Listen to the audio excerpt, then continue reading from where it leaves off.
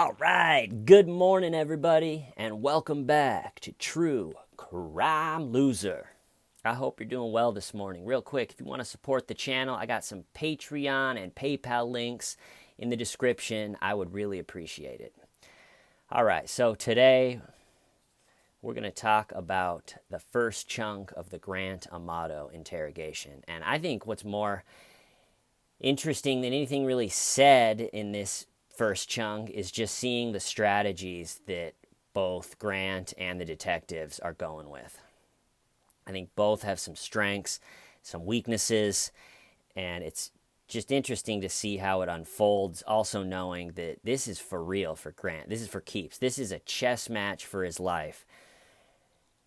And, so let's just get into it.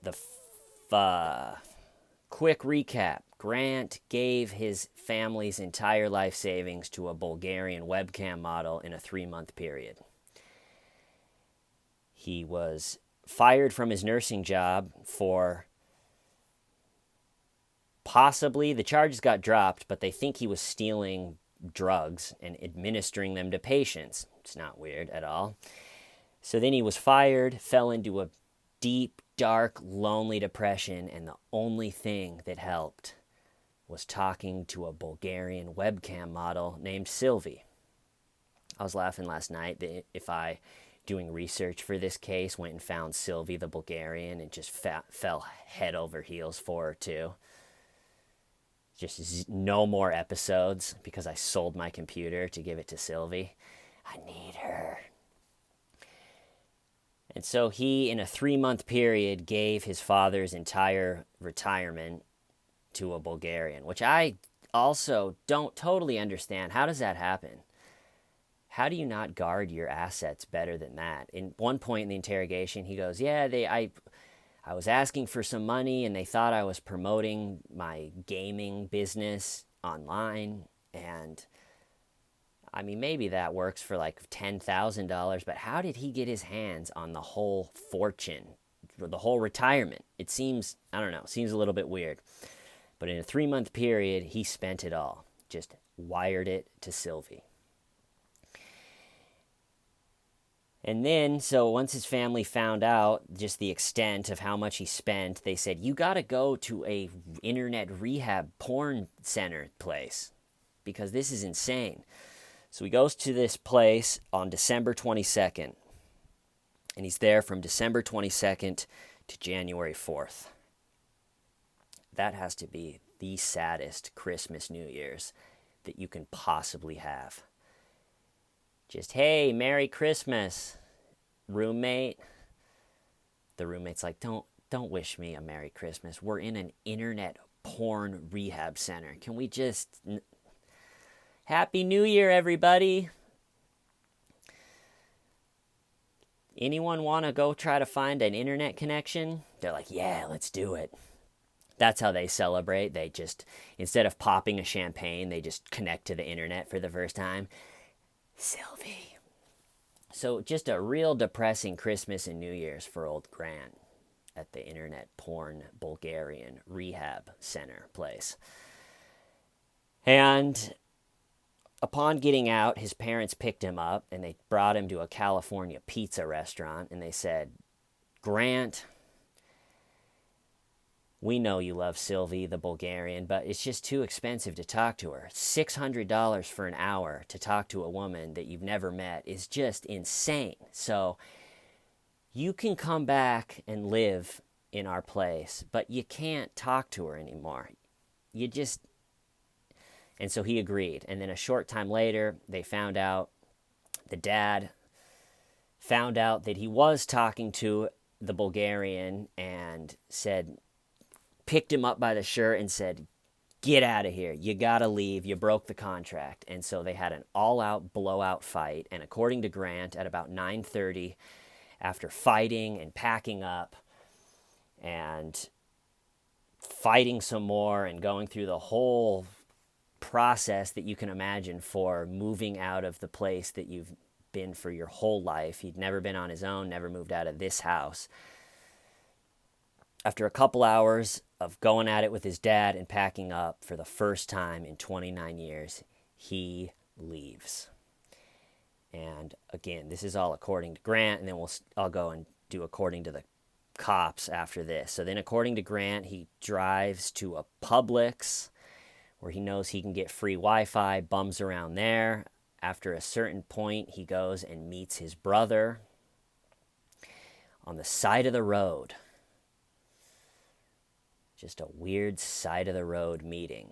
And so I think the strategy behind meeting he picked a place, like we met on the side of the road. And even in the interrogation, the detectives are like, all right, so where was this? Pointing to it on the map. And I think Grant purposely makes it very vague and just, I don't know, it was on the side of the road. So he meets his brother on the side of the road, Cody, who has been there for him financially and emotionally in a way that blows my mind. So they meet. He says, brother, I was kicked out, thrown out on the street, simply because I gave Dad's $200,000 retirement to my Bulgarian girlfriend I've never met. I was cast out. And his brother, feeling for him and being just the fixer that he's always been, says, don't worry, Grant, I will take care of it. And he really hammers that line home during the interrogation. I will take care of it. That's what his brother said. And then so his brother leaves to go and take care of the problem. Grant sleeps in his car that night, wakes up the next morning, has a job interview, goes to the job interview, bums around for a little bit. Again, this is according to Grant, and then chucks himself into a DoubleTree hotel paid for by his own debit card, which has $300 on it. So his debit card has $300 on it, which probably a good chunk of it goes to that DoubleTree room. And then he has his brother's debit card for emergencies, which at some point during the night of sleeping in his car, bumming around, he did spend $600 on Sylvie. I think it was a past due bill.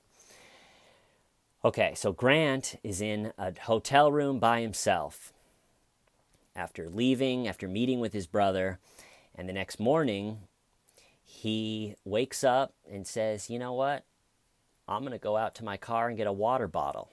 Not sure why I didn't bring in the water bottle the night before, but I'm going to go out to my car. And so he goes out to his car to see full-on detectives, police, and so the detectives, lights flashing, the whole 9 yards, and the detective comes up to him and said, hey, Grant, how are you, buddy? Would you mind coming to talk to us for a little bit? And that's all he said. I misspoke on the first video I did about it. And he said,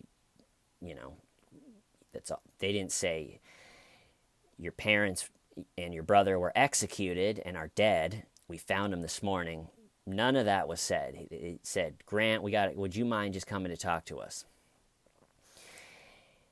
And so this is, I think, the first point where you can see both the detectives and Grant's strategy going head to head.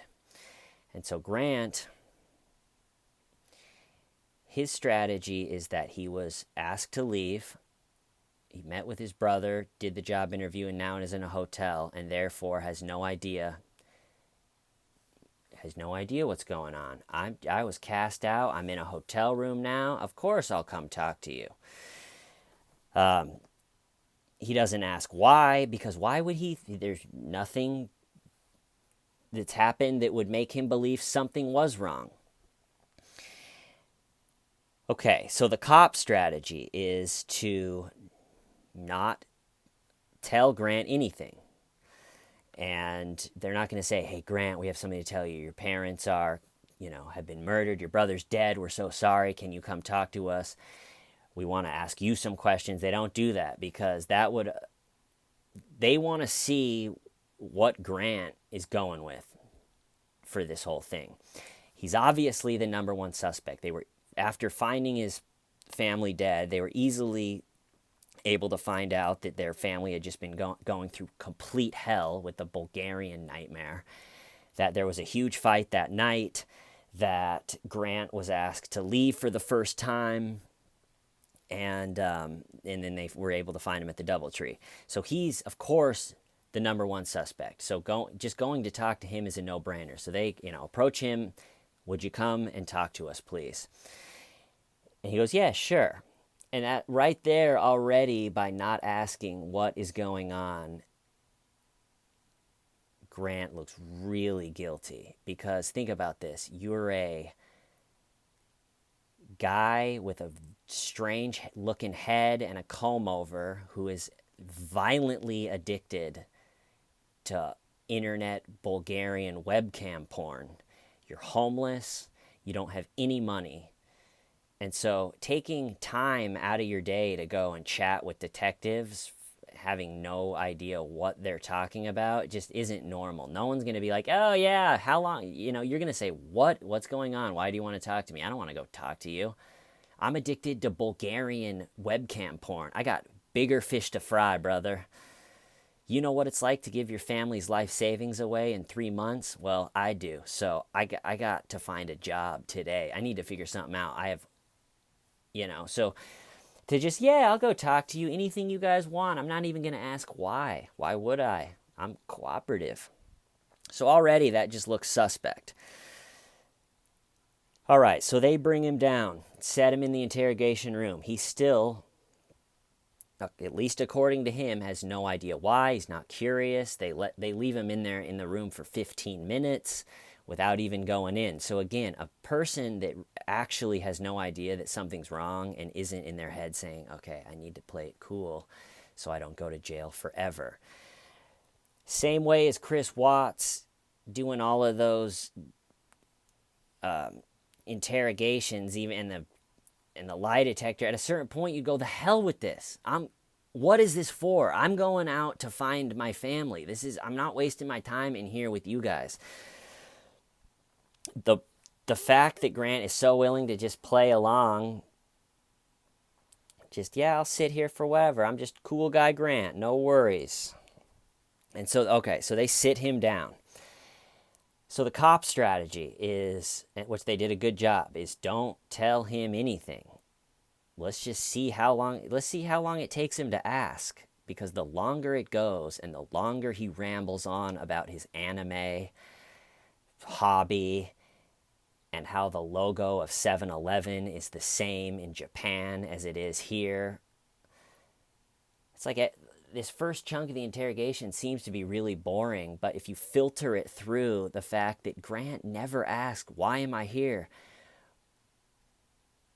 Or how long is this going to take? Or, you know what, guys, as much fun as I'm having telling you all this stuff, I'm going to leave. None of that. Just, yeah, I'm going to play it cool because playing it cool is innocent. And I will admit, he does play it cool really, really well. So like I said, so he gets there, they sit him in there for 15 minutes. He's not curious. He's not anything. He just is like, he's game to play ball. And so the cop strategy is don't ask him or don't tell him anything. Let's just see how he handles us interrogating him without having any idea what's happening. And then they also have a few aces in the hole that combat the Grant strategy. And they do a really good job of not bringing those up too early. So I think what makes Grant look the guiltiest in this whole thing is, like I said, is just the willingness to go through a long 6-hour interrogation nightmare. You wouldn't do that. Does that make sense? You would just be like, all right, have fun. I'm out of here. And so the way for Grant's strategy to work is he slowly needs to paint his dad as abusive, and he needs to slowly paint his brother as the person that would always fix it for him, and that classic where they meet and says, I will take care of it. So it's mind-blowing. After his brother supported him his whole life, he tries to pin this on his brother. And so if he paints his dad as this abusive kind of nut job, and he paints his brother as I'll take care of it, then maybe he can paint himself as I just was kicked out and I don't know.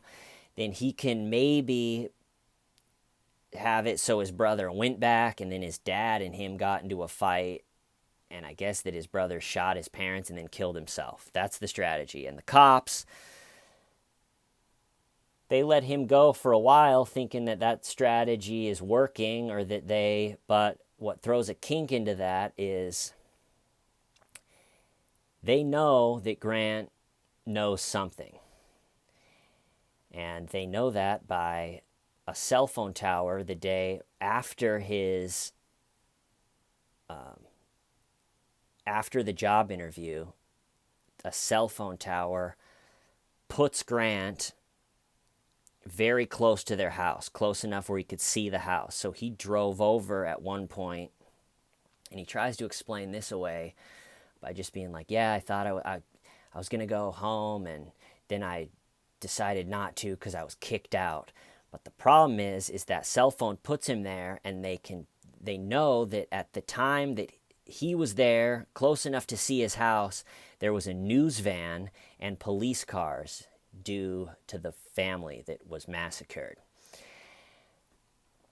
And so Grant has just been playing it cool this whole time. They start with questions about, they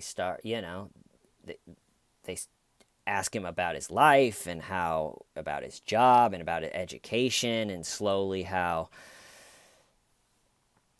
he got fired and the money situation. So they're asking him, and while they're asking him this, they're very much on his side because they want him to keep talking, and he's feeling good, and they don't want him to feel like with the whole stealing drugs and getting fired, they don't want him to clam up. So anytime something like that's brought up, it's like, that's no fault of your own. Sounds like a big misunderstanding. And the female detective is laughing. When the detectives are laughing at everything you say, that you're in huge trouble. It's like, you build your own computers. It's so funny. She's doing the same laugh Tammy does. Keep talking. Keep going. This is so great and funny. We're all just friends. And so Grant is leaning in, confidently telling the life story. I went to nursing school, and I think he feels like it's going pretty well because he was kicked out. He met with his brother, and then he was at a hotel. How would I have killed them? I'm just here. Well, like I said, at some point they say, oh yeah, also a big part of his strategy is, I have no idea what's happening. So why would I care about sitting down to talk to the police? And, but at a certain point, the police say, well, you do know what happened. And he's like, no, I don't. I have no idea. How would I? I don't have a phone to call. My service was canceled because anytime I have an internet connection, I immediately wire money to a woman in Bulgaria. So I don't have a phone. And so a big part of his plan was, how would I find out? I was kicked out of the house and I don't have a phone. And they're like, well, the hotel room has a phone. You didn't call your family. And he was like, oh yeah. And so Grant is going on for about an hour about this story. I have no idea. I'm just here cooperating. I'll talk all day if you want. And it runs into a brick wall when they can prove, they say a cell phone record puts you where you could see your house with a news van and police. And Grant's kind of just like, oh, yeah, I drove over because I was going to see what was going on, but I decided, since they kicked me out, I decided not to go. I got close to the house but then left. And they said, well, there was a news van and cops there. Any normal person would go, even if you were kicked out and got in a huge fight, you would see the news van and like, my family, I'm sorry, I don't even care if I'm kicked out, what's happening with my family? Move, like pushing through caution tape, move, this is my family. But to see a news van and cop cars with the lights flashing all of a sudden makes what Grant has been rambling on about his hobbies and about his brother and about how things just got out of hand. The whole strategy runs into a brick wall. and he's left just kind of frantically being like, oh yeah, well, I saw the news van, but I don't know, I didn't know what it was. And then they're like, well, you didn't call your brother, or you didn't try to call someone in your family to see if it was okay, if everything was okay? He's like, no, I didn't have a phone. I don't have any service. And they're like, well, what about the hotel phone? You could tell he didn't think about that. And so it's real hard all of a sudden to explain that he saw what he saw, didn't go and check on his family. That looks really incriminating. And then the next thing that throws an entire wrench into his strategy is the detective goes, also, we looked at your internet cell phone data, and you searched top news stories, and then you clicked on one about a shooting that was, it was either like in his neighborhood. The article was either about a shooting in his neighborhood, or even possibly could have been a shooting in his house. And they know how long he was on that. So it's like, we know that you clicked on the article about a shooting. We know that you drove by and saw that. Why didn't you check on your family? And then also, knowing news van, police, shooting in your neighborhood, when we approached you in the hotel parking lot, you didn't ask us, is my family okay? What's going on? Was there a shooting? You just were like, oh, hey, yeah, I'll come talk to you. I'm dealing with an internet Bulgarian porn addiction, but I have time. Whatever you guys need. I'm here to talk. So all of a sudden, the strategy of just, I'm a cool guy, is just run into the ground. And his whole, like, yeah, I'm willing to talk about anything, seems crazy. And another strategy that the cops implement pretty well is they start asking questions at the very beginning of just, how he grew up and the relationships with the parents and the brother. And then slowly they want to know finances, because they want him to bring up Sylvie, the Bulgarian. And so they keep asking him, well, that, questions like, well, would be going to Japan would be expensive. How'd you pay for that? And he'd be like, my brother. And it's like, well, who was paying for your bills? And then he would say, and they kept, and this is before they kind of called him out, they kept asking questions that highlighted the fact that he was spending an insane amount of money. And then eventually he had to just be like, well, it was because of this Bulgarian that I got obsessed with. And it's interesting to hear Grant talk about Sylvie for the first time, because he's like, yeah, my dad was really mad, and I can kind of get it. And it's like, you can kind of get it? It's just mind-blowing. He's like, yeah, I spent $200,000, and the cops go, $200,000. And he's like, yeah, she's from Bulgaria. And the female detective that was writing it down, I didn't hear him. And she goes, where? And he goes, Bulgaria. And, I had one more thing I wanted to say. Shoot.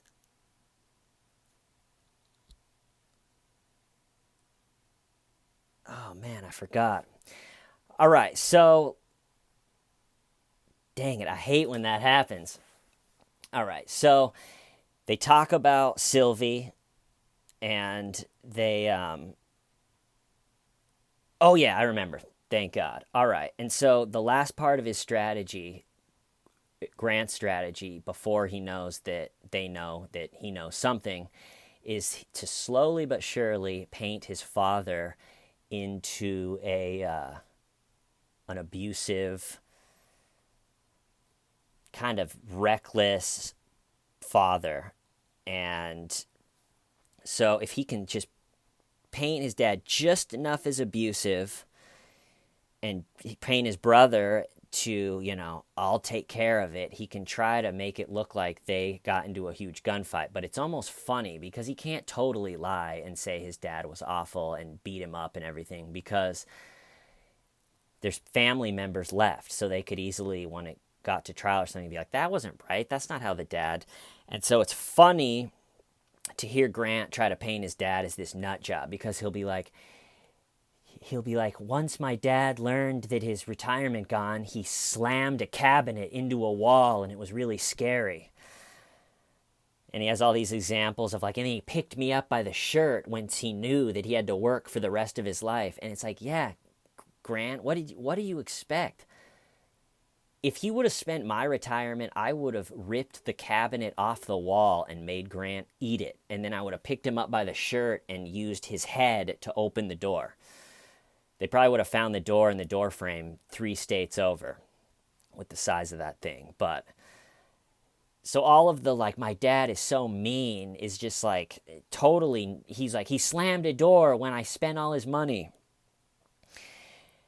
And other evidence that throws a kink. So then he wants it to look like his brother came back and they got into a huge gunfight. But the cops can easily tell that none of the mom, the dad, or the brother had fired a gun, because there would have been residue and stuff on their hands. So none of them fired a gun.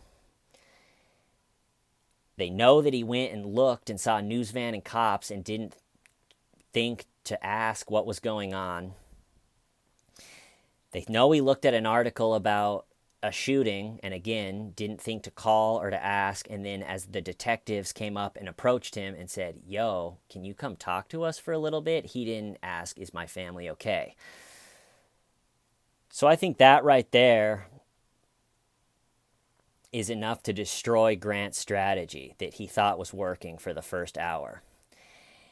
And then it gets into, after that, more, and we'll start that next time, but it gets into more of just classic interrogation. You know, they've gotten his strategy, they've demolished his strategy, and so now it's getting him to actually confess. And I don't think the detectives do that great. I think she has better moments than him, but he goes with the old, like, you're going to tell the truth because you're a truth teller. And he also goes with the, I'm going to help you. Honestly, I'm an honest man. If you're honest with me, I'll help you to the end. And it's like, dude, what? It's not working. Saying honestly you're an honest man and you're going to tell the truth because you're a truth teller. It just...